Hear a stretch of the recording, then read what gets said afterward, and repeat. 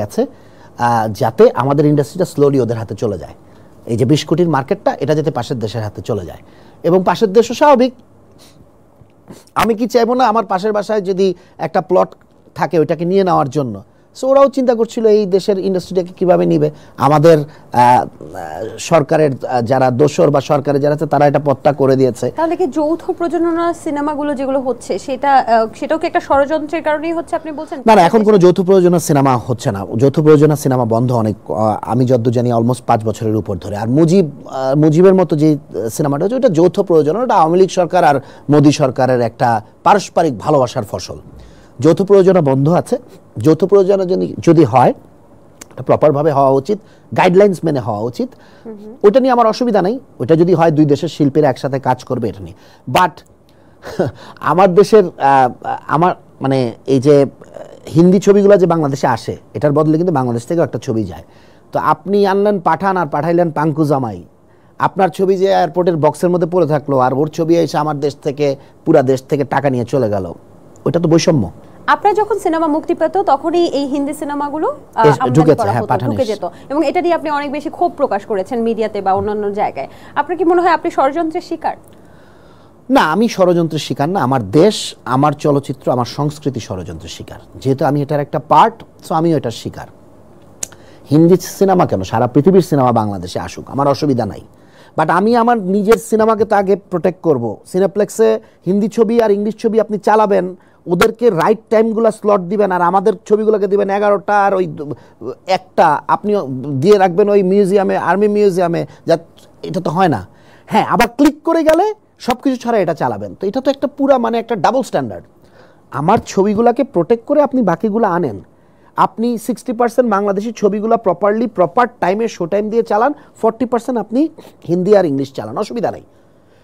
But আপনি খেলাটাই এমনভাবে খেলবেন যাতে আমি হেরে যাই, তাহলে তো হলো না। কিন্তু প্রতিযোগিতামূলক বাজার কেন আমরা সৃষ্টি করতে পারছি না? কেন আমরা কোয়ালিটি না উত্তোলন করে, কেন আমরা আসলে মানে কোয়ালিটি কেন না বাড়িয়ে আমরা কেন আসলে হিন্দি সিনেমা নিয়ে ভয় পাচ্ছি কেন? আমরা ভয় ওদের কোয়ালিটিতে কি আমরা? না, অবশ্যই। আমার এখন পাঠানের 300 কোটি টাকার বাজেটের সাথে 3 কোটি টাকার ওরা পর্যন্ত কম্পিট করতে পারবে না।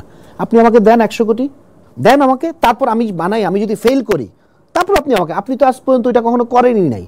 এই দেশে তো 100 কোটি টাকার সিনেমা হয় নাই ওই অনন্ত দা জলিল ওর ওই মিথ্যাচার ছাড়া। যে 4 কোটি টাকার ছবি বানায় বলে 100 টাকা, ও তো ওর কথা বাদই দিলাম, ওনার কথা বাদই দিলাম, ওনার কথা বাদই দিলাম। তো আমরা তো সেই সুযোগ কখনো পাই নাই। এই যে ধরেন অপারেশন জ্যাকপট যে ছবিটা হচ্ছে, এটাও রং হ্যান্ডে গেছে। মুক্তিযোদ্ধা মন্ত্রণালয়ের সচিব টাকা পয়সা খেয়ে এটাকে দিয়ে দিছে এমন এক মানুষকে যে প্রযোজনা করতেছে, জীবনে সিনেমাই বানায় নাই। ডিরেক্ট করতেছে কে? কলকাতার এক ডিরেক্টর, যে আমার দেশের মুক্তিযুদ্ধকে সে আমার থেকে বেশি জানে।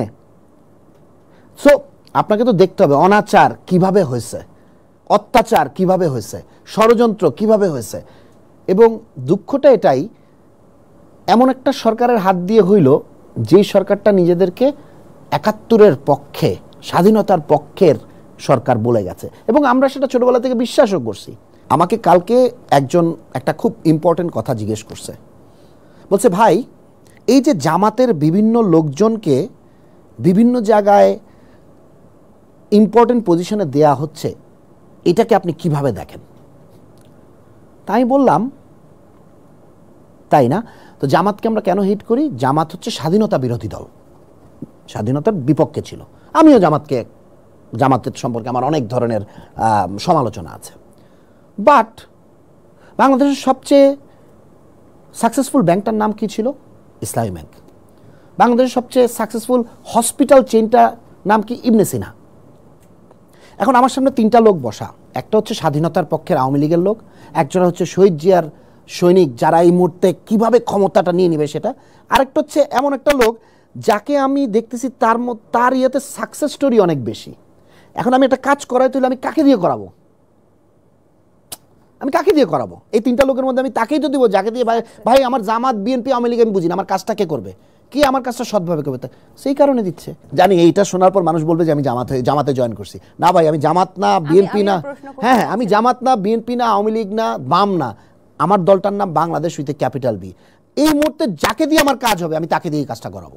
অনেক কথাই শোনা যাচ্ছে যে আওয়ামী লীগকে নিষিদ্ধ করা উচিত, আওয়ামী লীগ বা রাজনৈতিক দলকে নিষিদ্ধ করা উচিত। আপনি কি এটার পক্ষে? আগে তাদের বিচার হওয়া উচিত, বিচারে যদি তারা নিষিদ্ধ হয় তাদের নিষিদ্ধ হতে হবে। ওরা যেই গণহত্যা চালিয়েছে, বাংলাদেশের আইনে যদি বলা হয় যে ওরা হত্যার মতো গণহত্যার মতো কাজের সাথে ইনভলভ, এটা যদি প্রুভ হয় প্রপারভাবে, এবং এটা হতেই হবে বিকজ আমরা সবাই এটা, তাদেরকে নিষিদ্ধ হতে হবে, সিম্পল অ্যাজ দ্যাট। তুমি ওই এক দোহাই দিয়ে তো বাঁচতে পারবা না যে আমি স্বাধীনতার পক্ষে। আরে স্বাধীনতার পক্ষে তুমি একটা দল ছিলা, যুদ্ধ করছে কিন্তু এদেশের আপামর জনতা। সো তুমি এখন এসে জাস্ট বিকজ তুমি স্বাধীনতার যুদ্ধের সময় একটা রাজনৈতিক দল হিসেবে নেতৃত্ব দিছো, that does not give you the authority to say দেশটা আমার বাপের। আপনি একটা কথা বলেছিলেন যে বঙ্গবন্ধুর পরিবারই তার সবচেয়ে বড় শত্রু। হ্যাঁ, অবশ্যই। স্বাধীনতার মানে সেই 71 থেকে 75 আমরা যদি তার পরিবারের ইয়েটা দেখি, কার্যপ্রণালী দেখি, আর এই যে বিগত 16 বছরেরটা যদি দেখি, বঙ্গবন্ধুকে সবচেয়ে বেশি ক্ষতি কে করছে? তার পরিবার। যখন বঙ্গবন্ধুর মূর্তিগুলা ভাঙা হচ্ছে, তখন কি মানুষ বঙ্গবন্ধুর মূর্তি ভাঙতেছিল নাকি হাসিনার বাবার মূর্তি ভাঙতেছিল? কিন্তু তার কি অবদান কিছুই ছিল না বাংলাদেশে? অবশ্যই ছিল, আমি তো সেটা বলছি, অবদান অবশ্যই। একজন উনি স্বাধীনতার ডাক দিয়েছিলেন, তার ডাকে 7ই মার্চের ভাষণের পর আমরা ঝাঁপিয়ে পড়েছিলাম। বাট একজন রাষ্ট্রনায়ক হিসেবে আমরা যদি তার পারফরমেন্স অ্যানালাইসিস করি, তিনি একজন স্বৈরাচারী রাষ্ট্রনায়ক ছিলেন। তিনি বাকশাল প্রতিষ্ঠা করতে চেয়েছিলেন। তাজউদ্দিন যখন তার মন্ত্রিসভা ছেড়ে যায়, কি বলে গিয়েছিল যে বঙ্গবন্ধু এইটা করার মধ্য দিয়ে আপনি রাজনৈতিকভাবে আপনাকে সরানোর সকল পথ বন্ধ করে দিলেন। ওনারা কতটুকু আমাদেরকে ভালোবাসছে আমি জানি। ভালোবাসলে এই প্রজেক্টের নাম করে করে লক্ষ লক্ষ কোটি টাকা